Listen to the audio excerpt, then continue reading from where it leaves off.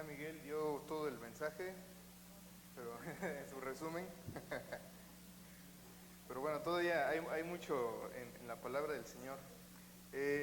Para los que no me conocen, digo, ya tiene un buen tiempo que estamos trabajando allá en Ciudad Maderas. Me llamo Ever y yo junto con mi esposa y algunos hermanos de aquí de la iglesia, pues fuimos a apoyar el ministerio allá en el Marqués, y la verdad es que gracias a Dios su palabra se ha extendido y varias vidas han sido ya transformadas. Entonces eso es muy bueno, ¿verdad? Estamos viendo la mano de Dios como con su poder, con su sanación, pues ha hecho su obra en la congregación allá iba a decir en San José, pero en el Marqués. Pero bueno, vamos a empezar. Estamos ya empezando con el libro de Romanos. Ya llevamos un par de semanas que hemos estado estudiando el libro de Romanos, y si ya tienes un tiempo aquí, pues has visto que acostumbramos a leer todo el libro a lo largo de varios domingos para ver qué nos enseña el Señor a través de su palabra. Y el título del tema de hoy le pusimos Falsa Inocencia. La lectura es el capítulo 2 de Romanos, del versículo 1 al versículo 11. Y para ir entrando en calor, ir entendiendo un poco más de lo que el Señor nos habla en este capítulo. En estadística hay un concepto, dos conceptos que se llaman error tipo 1 y error tipo 2, ¿sí? Y es una forma de describir cuando tú malinterpretas un resultado, ¿sí? Entonces, ¿qué quiere decir esto? Para ejemplificarlo, vamos a suponer que una persona sospecha, ¿le pueden pasar a la siguiente, de favor? Una persona sospecha que tiene cáncer, ¿sí? Entonces, esta persona va a un hospital, va a ver a unos médicos, y pues los médicos van a hacer diferentes pruebas en esa persona y van a tener un resultado. El resultado te va a decir sí o no, ¿verdad? ¿Tienes cáncer o no tienes cáncer? Entonces, cuando las pruebas terminan, dan como fin un resultado, ¿verdad? Y este resultado tiene que ser interpretado. Ahora, si el resultado es mal interpretado, hablábamos que hay dos tipos de errores que les llaman error tipo 1 y error tipo 2. En el error tipo 1 nos diría que el diagnóstico es que esta persona está sana, pero en realidad la persona está enferma. Y el error tipo 2 nos diría que la persona está enferma cuando la persona en realidad está sana. Es también a lo que se le llama, y estos conceptos también te van a ser muy familiares, que le llaman el falso positivo o el falso negativo, ¿verdad? También hace 4 años escuchábamos mucho acerca de estos temas, y esto es lo que en estadística se conoce como error tipo 1 y error tipo 2. Y en el libro de Romanos, más específicamente en el capítulo número 2, que es el que vamos a leer el día de hoy, hay un problema parecido a no de estadística, ¿verdad? Pero sí de un error de tipo 1, ¿sale? Entonces, ya las semanas pasadas hemos estado viendo el primer capítulo del libro de Romanos, y hay varios temas muy importantes en el capítulo número 1 de Romanos. En los primeros versículos es donde Pablo se presenta, donde Pablo menciona que él ha sido escogido como apóstol por el Señor Jesucristo, y en la carta a Romanos les dice que él ha querido ir a conocerlos, que ha estado orando por ellos y que quiere ir para confirmar la fe de ellos. Cuando Pablo acaba esta primera parte, luego Pablo empieza a hablar acerca del evangelio de Dios y de la justicia de Dios. Ahí está Romanos 1:16, un versículo muy conocido, ¿no? Que dice que no me avergüenzo del evangelio porque es poder de Dios. Y después Pablo empieza a hablar acerca de la culpabilidad de la humanidad y de su decadencia, ¿sí? Pablo empieza a decir que han cambiado las verdades de Dios y han tomado por verdad cosas equivocadas, y empieza a describir a la humanidad por cómo somos, ¿no? Tengo una lista muy resumida. Entonces le empieza a decir que son necios, que son idólatras, inmundos, mentirosos, pervertidos, lascivos, injustos, fornicarios, perversos, avaros, envidiosos, homicidas, contenciosos, engañadores, malignos y murmuradores, detractores, aborrecedores de Dios, injuriosos, soberbios, altivos, inventores de males, desobedientes a sus padres, necios, desleales, sin afecto natural, implacables, sin misericordia, retadores del juicio de Dios. ¿Sí? La lista es larga y eso lo puedes ver en el primer capítulo de Romanos. Y desgraciadamente Pablo sabía que en la iglesia de Roma había gente que diría, sí, Pablo, tienes razón, son una bola de pecadores todos ellos, ¿verdad? Y ahí es donde encontramos, donde nos cambiamos al capítulo número 2. Y Pablo estaba consciente bueno, Dios usando a Pablo nos enseña, ¿no? Que a pesar de que la lista es larga y de que nadie puede salvarse de esta lista, habría un grupo dentro de la iglesia de los romanos que diría, sí es cierto, ellos son pésimos, dice, son una bola de pecadores. Entonces Pablo empieza el capítulo 2 diciendo, por tanto, no tienes excusa tú, quien quiera que seas, cuando juzgas a los demás, pues al juzgar a otros, te condenas a ti mismo, ya que practicas las mismas cosas que ellos. Había un grupo, y creo que todavía hay un grupo dentro de nuestra iglesia, que se siente con el derecho de decir y de indicar los pecados en los demás. El pecado, los pecados, la lista de pecados que Pablo estuvo hablando en el capítulo número 1, era como una especie, ellos habían transformado esa lista de pecados en una especie de juicio para los demás. Decían, sí, ellos son mentirosos, ellos aborrecen a Dios, ellos buscan cada día cómo hacer más males, les dice. Pero Pablo les dice en el segundo capítulo, tú que estás juzgando lo que ellos hacen, eres culpable por lo mismo que ellos están haciendo. No hay congruencia porque por un lado ellos dicen, sí, ellos son pecadores, pero por otro lado están cayendo en los mismos pecados de los cuales ellos están señalando. Y aquí es donde empieza el problema, porque no estamos conscientes de la situación verdadera en la que vivíamos y en la cual vivimos todavía. Porque sabemos por lo que está escrito en la palabra que el Señor a los que somos sus hijos nos ha dado un nuevo cuerpo, nos ha dado una nueva vida, pero también en la palabra se nos enseña que dentro de nosotros hay como una batalla, ¿sí? Hay una batalla donde nuestra carne y el mundo y el enemigo están buscando que nosotros caigamos en pecado, pero por otra parte también el Espíritu del Señor nos está infundiendo, nos está animando a que hagamos lo que es verdaderamente correcto.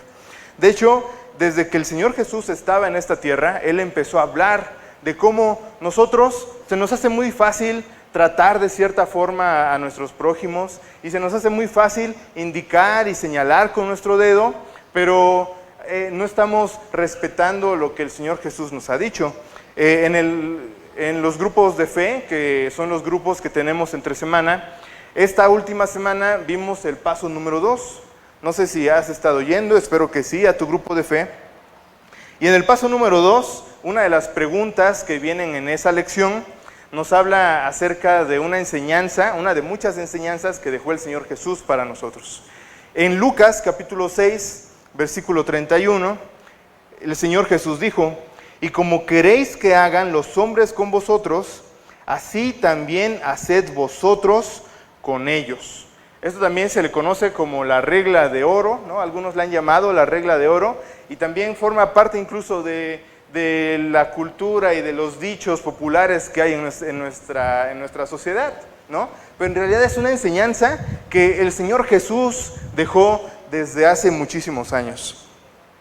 Pero el problema va un poquito más allá de esta famosa regla de oro, porque el Señor Jesús dijo, como quieres que te traten a los demás, es como tú debes tratar a tus prójimos. Y va un poco más allá, porque hay cuestiones a las cuales nosotros no podemos ver de los demás, y hay cosas que los demás tampoco pueden ver de mí mismo. Entonces, ¿qué nos dice Pablo en los siguientes versículos? A partir del versículo 2 dice, mas sabemos que el juicio de Dios contra los que practican tales cosas es según verdad. ¿Y piensas esto, oh hombre, tú que juzgas a los que tal hacen y haces lo mismo, que tú escaparás del juicio de Dios?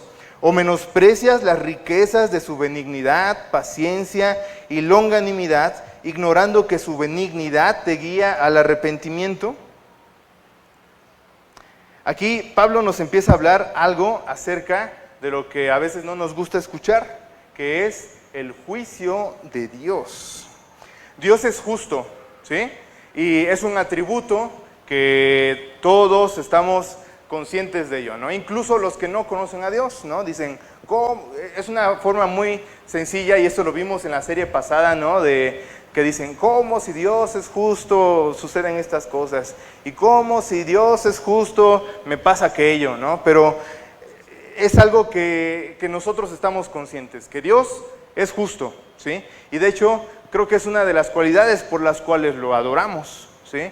Si Dios fuera un Dios injusto, creo que no sería una forma, o eso nos impediría adorar a Dios. Pero este es un atributo divino, y es un atributo del cual Dios ha dado ejemplos a lo largo de su palabra. Y el juicio de Dios es muy diferente al juicio del cual tú y yo podemos hacer, ¿sí? Porque la justicia de Dios, dice en el versículo 2, mas sabemos que el juicio de Dios contra los que practican tales cosas es según verdad. ¿Qué quiere decir que es según verdad?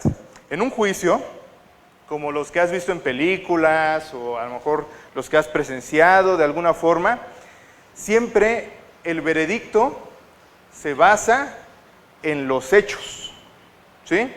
Si has visto películas, pues lo que más presente tenemos son los juicios de cómo funcionan en Estados Unidos, y está el tribunal, y está un acusado, y está la parte que acusa, ¿no? Y ahí están los abogados, y están hablando, ¿no?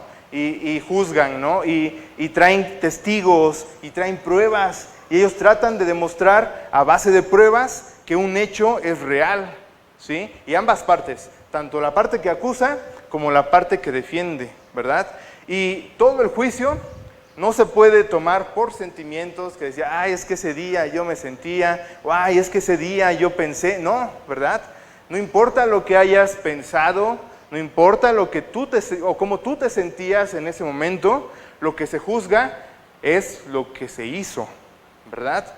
Y Dios, el juicio de Dios también se basa en la verdad, en las cosas que se han hecho, ¿sí? La palabra también nos dice que Dios conoce todos nuestros hechos, conoce todas nuestras acciones y va más allá, conoce todos nuestros pensamientos, todas nuestras emociones. Y el juicio de Dios es según verdad. No hay como permisos, no hay consentimientos, ¿no? De, sí, como justificaciones por haber hecho algo, sino que lo que se juzga es la verdad. Y eso es muy diferente a los juicios que nosotros hacemos. Porque aparte de justo, Dios también es santo. Y esa justicia y esa santidad de Dios van a dar un veredicto acorde a la verdad, que es lo que nos está diciendo en el versículo número 2. Y luego nos dice, ¿y piensas esto, tú que juzgas a los que son, lo voy a parafrasear un poco y dice, tú que juzgas a los que son pecadores y eres pecador de lo mismo, ¿crees que por juzgar Dios te va a perdonar, que te va a exentar de juicio? ¿O menosprecias las riquezas de su benignidad, es decir, de la bondad de Dios, de su paciencia, de su longanimidad, de su gracia, ignorando que su benignidad te guía al arrepentimiento? Como iglesias, como cristianos, a veces queremos ponernos en el lugar que no nos corresponde y juzgamos lo que sucede en las vidas de los demás y sus acciones, pero estamos olvidando que vamos a ser juzgados de la misma forma. Vamos a ser juzgados por las cosas que hemos hecho, y no solo las cosas que hemos hecho que los demás han visto, sino también las cosas que hemos hecho cuando nadie nos ve. Y se nos olvida, como dice Pablo, que es esa gracia de Dios, esa bondad de Dios, la que nos ha guiado al arrepentimiento.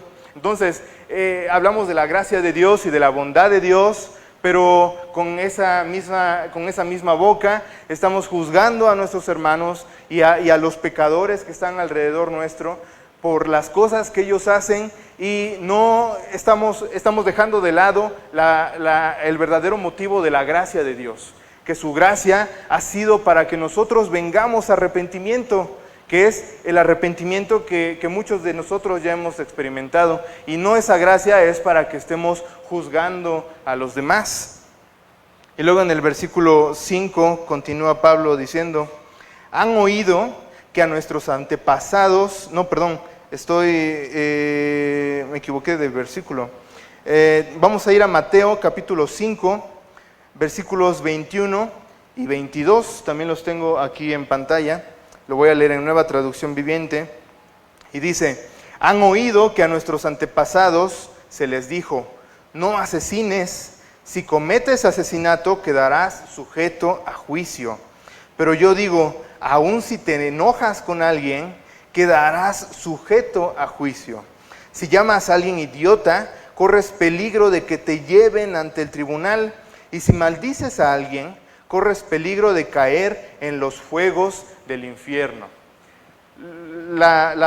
El capítulo 2 de Romanos está pensado en esa gente que dice, sí, él es un asesino, él es un mentiroso, él es un lascivo, dice, pero el Señor Jesús enseñó cuando él estaba en la tierra, que decía, ¿has escuchado que el homicidio es castigado? Dice, pero aún si ofendes a tu prójimo, aún si tienes rencor contra él, dice, es como si lo estuvieras asesinando. Entonces, es difícil para nosotros, porque nosotros tendemos a darle más peso a unas cosas que a otras, por las consecuencias que esas acciones tienen, ¿sí? Y hablamos de un asesino, y las consecuencias son muy graves, y pensamos que el asesinato es un pecado terrible, que sí lo es, pero el Señor Jesús nos dice, aun si ofendes a tu prójimo, tiene el mismo peso que la persona que asesinó a otra persona, ¿sí? También Pablo en el capítulo 1 habla acerca de pecados sexuales, de desviaciones, en el capítulo 1, a partir del versículo 25, y dice, ya que cambiaron la verdad de Dios por la mentira, honrando y dando culto a las criaturas antes que al Creador, el cual es bendito por los siglos, amén. Y luego dice, por esto Dios los entregó a pasiones vergonzosas, pues aún sus mujeres cambiaron el uso natural por el que es contra naturaleza. Y de igual modo también los hombres, dejando el uso natural de la mujer, se encendieron en su lascivia unos con otros, cometiendo hechos vergonzosos hombres con hombres, y recibiendo en sí mismos la retribución debida a su extravío. Pero el Señor Jesús nos dijo en Mateo capítulo 5, 27 y 28, y dice, han oído el mandamiento que dice, no cometas adulterio, pero yo digo que el que mira con pasión sexual a una mujer, ya ha cometido adulterio con ella en el corazón, ¿sí? Habla acerca de fornicación y adulterio Pablo en el capítulo 1, pero dice el Señor Jesús, aun si tú has observado a una mujer con deseo sexual, sin ser tu esposa, dice, ya has cometido adulterio en tu corazón. Entonces, volvemos a lo mismo, le damos más peso a un pecado por sus consecuencias, pero el Señor nos está diciendo, aún la forma en la que tú observas a las demás personas, y si eso despierta en ti deseos equivocados, es como si tú hubieras cometido los mismos pecados sexuales de los cuales Pablo está hablando en el capítulo 1. Y volvemos a lo que Pablo ya nos está diciendo en el capítulo 2, y se nos olvida que la gracia de Dios nos ha llamado a arrepentimiento, y no nos ha llamado a levantar el dedo y señalar. Ignoramos que Dios y que su gracia nos han dado el perdón del cual ahora gozamos. Y vamos a leer ahora Gálatas capítulo 6, versículos 1 y 2. También los traigo aquí en la pantalla.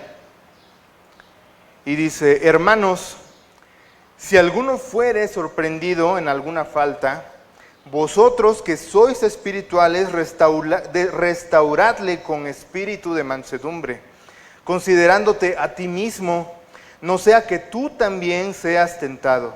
Sobrellevad los unos las cargas de los otros y cumplid así la ley de Cristo. ¿Sí? Si nos ponen en una situación en la que debemos tomar una decisión, si vemos que un hermano en la fe ha caído en algún pecado, tenemos solamente dos caminos.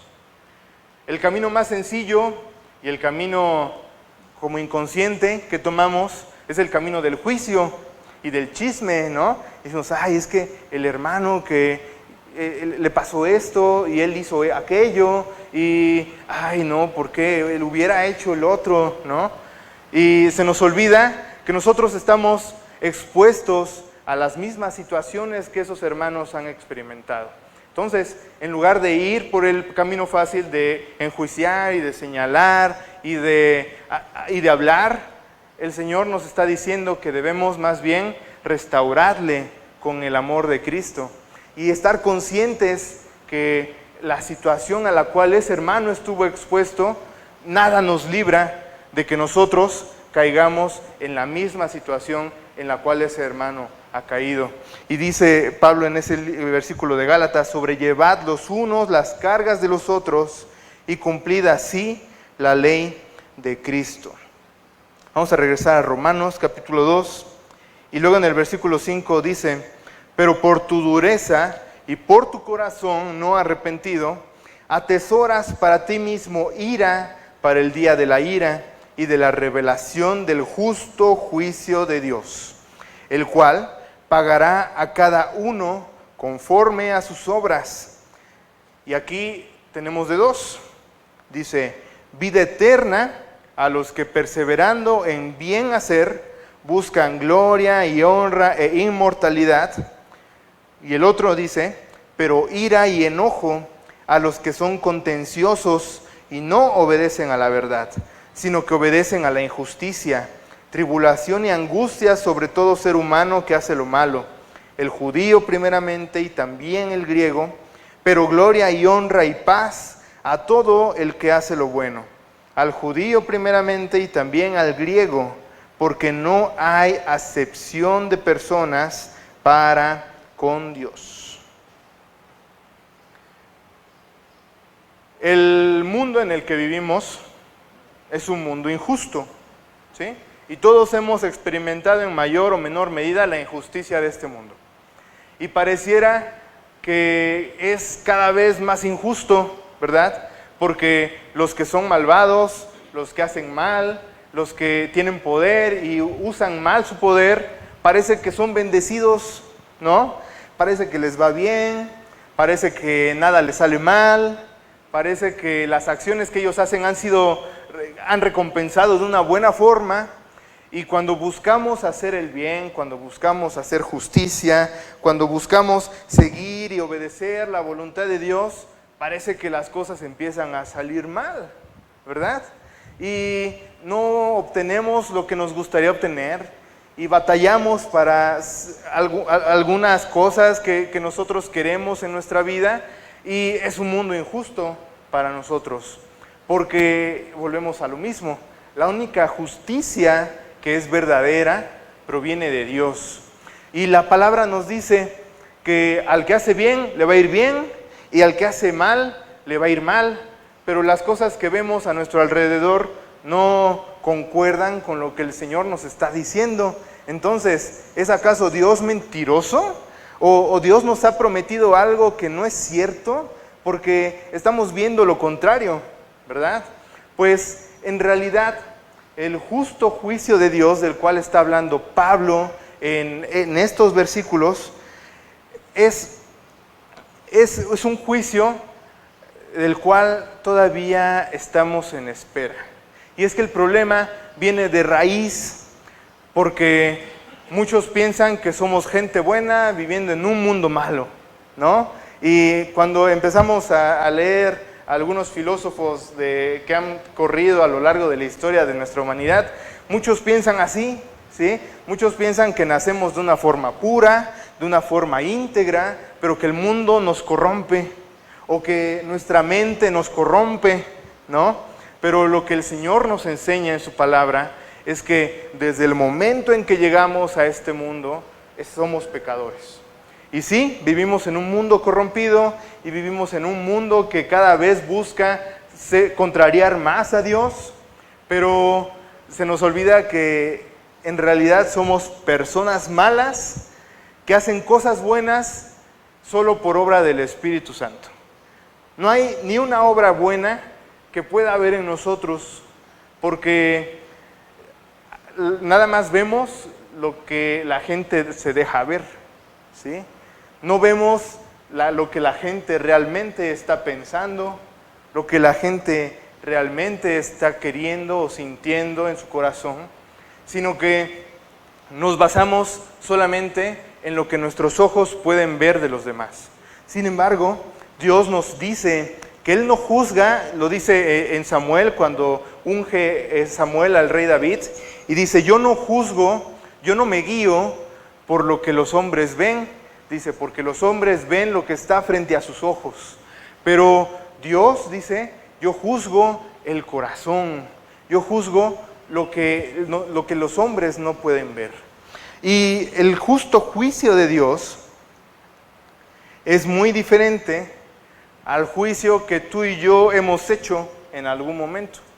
Porque nadie de los que estamos aquí podemos decir: no, yo nunca he juzgado a mi hermano, yo nunca he juzgado a mi vecino, yo nunca he juzgado. No, eso es mentira, ¿sí? Porque todos en algún momento hemos pecado de hacer juicio por los demás. Sin embargo, el juicio de Dios no es como el nuestro, porque nosotros podemos juzgar y decir algo frente a la gente, pero sabemos que por dentro, como dicen, nos estamos mordiendo la lengua, ¿sí?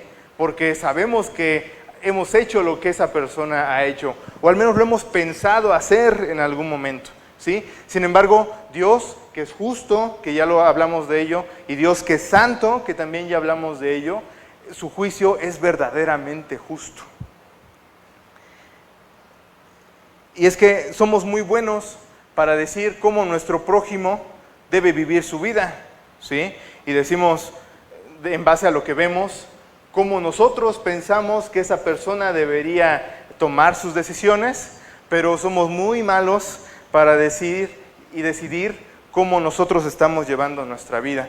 En Romanos capítulo 14, versículos del 10 al 12 dice: pero tú, ¿por qué juzgas a tu hermano?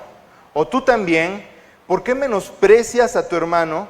Porque todos compareceremos ante el tribunal de Cristo. Porque escrito está: vivo yo, dice el Señor, que ante mí se doblará toda rodilla, y toda lengua confesará a Dios. De manera que cada uno de nosotros dará a Dios a cuenta de sí. Es decir, frente al juicio de Dios, frente al tribunal de Cristo, solamente vas a ser tú y Dios. No va a haber tu esposo, tu esposa que diga, si es que ese día hizo eso porque estaba así. O no va a estar el pastor Miguel, no va a estar nadie, ¿sí? Nada más va a ser tú, tus obras y Dios. Y dice la Biblia que Dios va como a pasar por fuego todas nuestras obras, y las obras que son malas las compara como a hojarasca, como a hojas secas, dice, y el fuego se las va a consumir. Sin embargo, dice que las obras buenas van a ser como como oro, y el oro con el fuego se purifica, ¿verdad? Y esas obras buenas son las que van a dar gloria para el Señor. Pero hay otro punto importante que aclarar aquí, porque voy a regresarme un poco a Romanos 2, en el versículo 6, y dice, en Reina Valera dice, el cual pagará a cada uno conforme a sus obras. Aquí hay un problema, porque dice que el juicio de Dios se va a basar en tus obras. Entonces decimos, o sea que ¿puedo ser salvo por mis obras? ¿No? O sea, podemos encontrar aquí un dilema, porque por un lado sabemos que la salvación es por gracia y que la salvación es por fe, no por obras, pero aquí dice que lo que Dios va a juzgar son nuestras obras, ¿sí? ¿Cómo es eso? Bueno, vamos a leer Santiago, capítulo 2.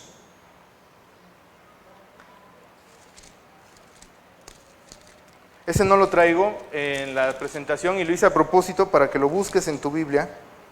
Santiago capítulo 2, a partir del versículo 14.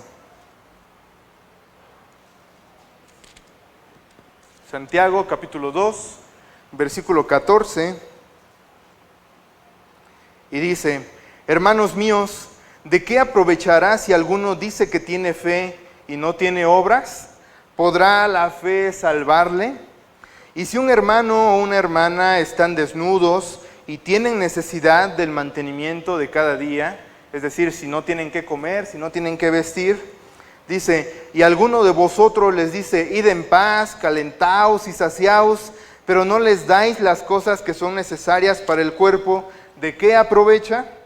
Así también la fe, si no tiene obras, es muerta en sí misma. Pero alguno dirá, tú tienes fe y yo tengo obras, muéstrame tu fe sin tus obras y yo te mostraré mi fe por mis obras. Tú crees que Dios es uno, bien haces, también los demonios creen y tiemblan. Mas ¿quieres saber, hombre vano, que la fe sin obras es muerta? ¿No fue justificado por las obras Abraham, nuestro padre, cuando ofreció a Isaac sobre el altar?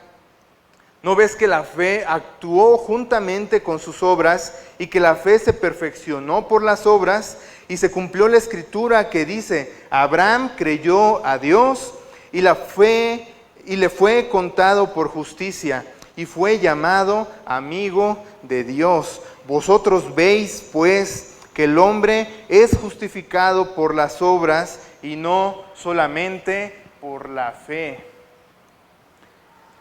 Estamos hablando de que todos los que estamos en este lugar y todas las personas que han pisado la tierra en algún momento van a ser juzgadas por lo que han hecho con la vida que Dios les ha dado.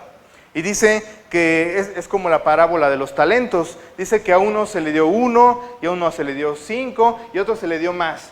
Y fueron juzgados en base a lo que hicieron con lo mucho o con lo poco que a ellos se les dio. Es un ejemplo del juicio de Dios para nosotros. El juicio de Dios para ti y el juicio de Dios para mí va a ser basado en lo que hicimos con lo que Dios nos ha dado en nuestra vida. Si nuestras obras fueron buenas, ese es un reflejo, es una consecuencia de la fe que hemos depositado en la obra de Cristo y de su muerte en la cruz y su resurrección. Pero si nuestras obras son malas, es un reflejo de nuestra nula confianza en la obra del Señor Jesús. Entonces, ¿vamos a ser juzgados por nuestras obras? Sí. ¿Las obras nos salvan? No. ¿Sí? Las obras van a ser un reflejo de la medida en la que nosotros hayamos depositado nuestra fe en Dios. ¿Hay alguna excepción? Vamos a leer Apocalipsis, capítulo 20, versículos 11 y 12. Ese sí lo traigo en la pantalla y dice en Reina Valera: y vi un gran trono blanco y al que estaba sentado en él, de delante del cual huyeron la tierra y el cielo, y ningún lugar se encontró para ellos. Y vi a los muertos, grandes y pequeños, de pie ante Dios. Y los libros fueron abiertos, y otro libro fue abierto, el cual es el libro de la vida. Y fueron juzgados los muertos por las cosas que estaban escritas en los libros, según sus obras. No es algo que diga yo, no es algo que diga Miguel, no es algo que diga un hombre. Todos, sin excepción, vamos a ser juzgados delante de Dios. Y si a ti no te hace pensar en lo que estás haciendo con tu vida, pues vamos a orar por ti, porque esto de alguna forma tiene que mover algo dentro de tu corazón y de tu mente, ¿sí? Espero que, así como me pasó a mí, al leer estas palabras, estemos pensando en las cosas que hemos hecho, porque el juicio de Dios va a ser según tus obras, y no solamente las obras cuando alguien te ve, sino que cada segundo, cada día, cada momento de nuestra vida, cada decisión que hayamos tomado, va a ser expuesto delante de Dios y va a ser pasado por fuego. Y el Señor va a juzgar si lo que hiciste estuvo bien o si lo que hiciste estuvo mal.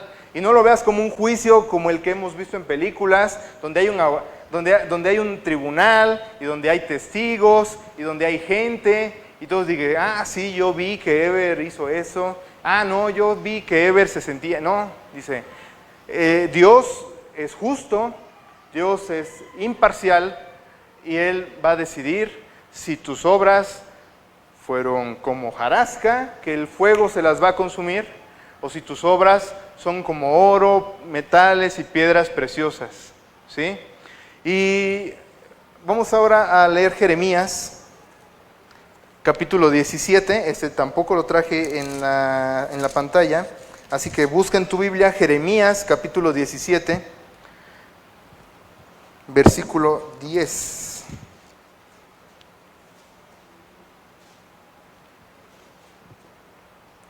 Jeremías 17:10 dice: yo Jehová, que escudriño la mente, que pruebo el corazón para dar a cada uno según su camino, según el fruto de sus obras. Y vamos a leer también Mateo, capítulo 16.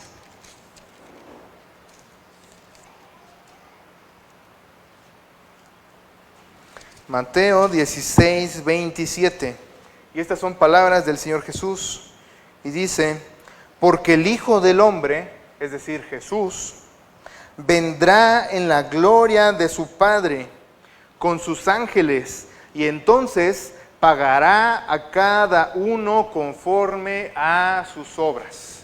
En la palabra de Dios hay mucha evidencia de que el Señor va a juzgar nuestras obras y Él va a dar el castigo o la recompensa que cada uno merezca por lo que hemos hecho, ¿sí? Entonces, ¿qué debemos hacer con las cosas que Dios nos ha hecho? Algunos dicen: ah, yo soy cristiano y Dios sabe que yo soy cristiano. Pues eso no basta, ¿sí? Tu fe, si tu fe es verdadera en el Señor Jesús y en su obra, es imposible que no genere obras buenas, ¿sí? También hemos leído en el Nuevo Testamento que dice que hemos sido salvos y hemos sido hechos y creados para buenas obras. Y si tú dices: ah, es algo entre Dios y yo, en parte es cierto, pero le falta más, ¿sí? Nuestra fe tiene por sí misma que generar esas buenas obras de las cuales nos está hablando Pablo. Y el día del juicio de Dios vendrá, ¿sí? No sabemos cuándo, no sabemos, no podemos decir o poner una fecha. Sin embargo, el Señor es algo que Él ha prometido, que Él ha dicho que sucederá, y creemos que así va a ser. Entonces, ya para terminar este tema, Pablo nos está diciendo, vamos a leerlo más bien, vamos a regresar otra vez a Romanos, capítulo 2, otra vez desde el versículo 6, y dice, el cual pagará a cada uno conforme a sus obras. Y habíamos dicho que hay dos tipos de recompensas, ¿no? Dice, vida eterna a los que perseverando en bien hacer buscan gloria y honra e inmortalidad. Y luego en el versículo 10 vuelve a hablar de eso y dice, pero gloria y honra y paz a todo el que hace lo bueno. Y luego el otro castigo o la otra consecuencia está en el versículo 8 y 9.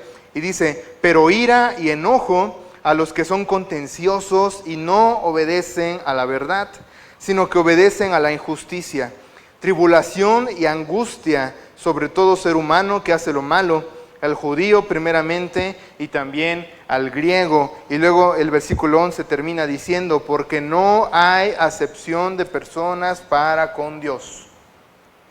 Yo te animo, y es algo que el Señor busca también, que busques esa gloria de la cual Dios nos está hablando, ¿sí? Hablábamos del juicio de nuestras obras y dice que nuestras obras van a ser juzgadas, pasadas por fuego, y que unas se van a quemar como hojas secas y otras van a brillar o van a purificarse como el oro y como piedras preciosas. Y también en la palabra Dios dice que nos va a dar coronas, que nos va a dar premios por las obras buenas que tú y yo hayamos hecho, las cuales provienen de una fe verdadera. Entonces, el Señor nos anima a que busquemos esa honra, porque esa honra, más allá de honrar de alguna forma nuestra vida, va a honrar el nombre de Dios, el cual nosotros estamos pregonando todos los días, en todo momento. Y al final, aunque nos den coronas, dice que cuando estemos delante de Dios, todos vamos a arrojar las coronas que se nos haya dado, porque no habrá nada ni nadie que pueda estar de pie delante de Dios. Dice que toda rodilla se va a doblar delante de Él y que todos vamos a rendir adoración a Cristo, a Dios, porque no va a haber ninguna otra forma de reaccionar frente a lo que vamos a presenciar en ese momento. Entonces, hablábamos del título que hay una falsa inocencia, o yo daba el ejemplo de un error tipo 1, ¿no? O un falso positivo, ¿no?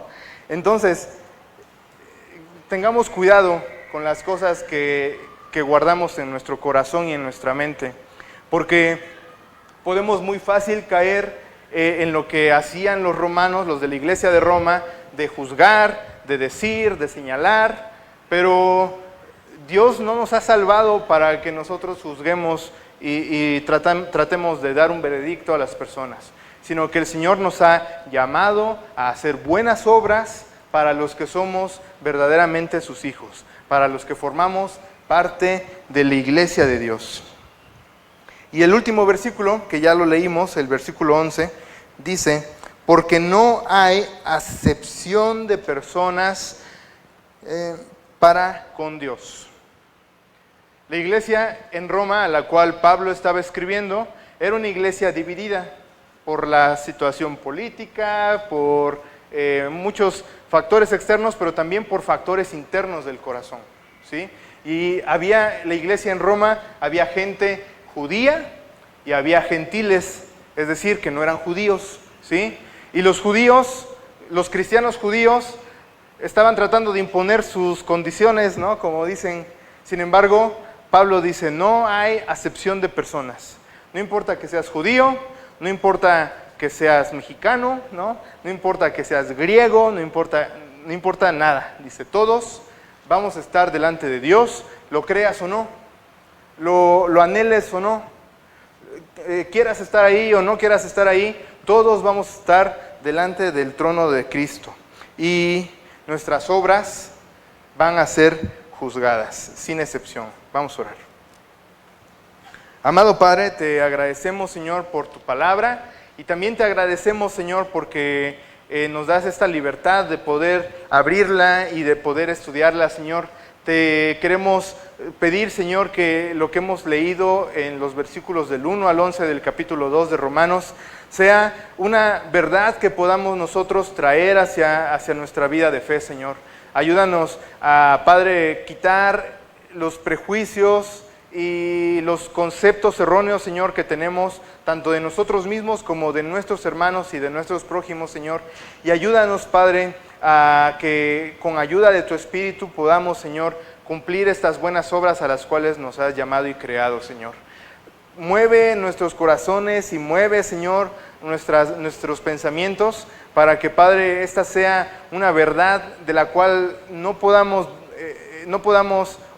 menospreciar ni omitir, Señor. Toca, Señor, nuestros corazones con tu palabra como lo has hecho en esta mañana y ponemos este tiempo en tus manos, amado Padre, en el nombre del Señor Jesús. Amén.